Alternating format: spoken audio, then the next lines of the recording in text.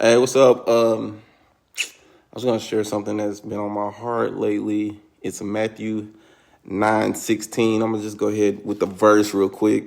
Uh, no one puts a piece of unshrunk cloth on an old garment, for the patch pulls away from the garment and the tear is made worse. And when Jesus says these things, they seem surface level, but you have to search for the deeper meaning.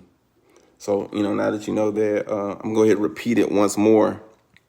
Matthew 9:16 says, no one puts a piece of unshrunk cloth on an old garment, for the patch pulls away from the garment and the tear is made worse. Well, first of all, what is an unshrunk cloth? It's a new cloth. Any fabric that hasn't experienced any shrinkage hasn't been washed or dried yet. Why? Because there's no need, because it's clean already. And why would you put something new onto something old? Why would you use a new cloth to patch up an old garment? Because it's not going to look right. It's not going to feel right. And Jesus didn't come to patch you up. He came to renew you.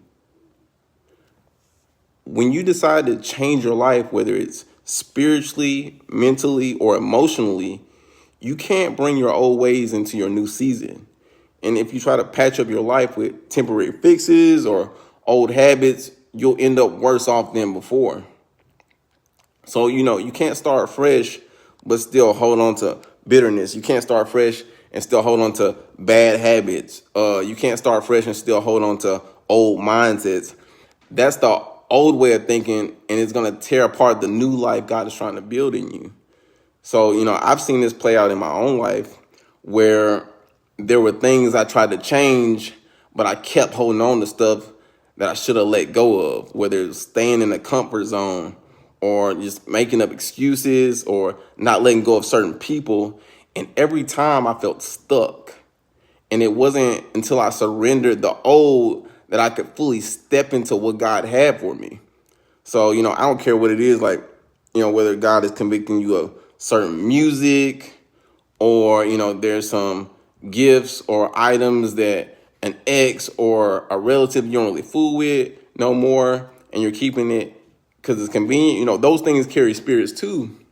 And if you're just keeping it because you don't want to get anything else or because it's convenient, you're not trusting that he's going to provide all your needs, which is Philippians 4:19.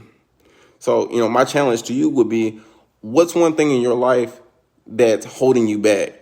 What's a mindset that's holding you back? What's a relationship that you might need to release? And, this is the perfect time going into 2025 for you to get rid of old stuff, separate stuff that's not of him, and, allow him to renew you. So, that's my message. And, hopefully it resonates with you.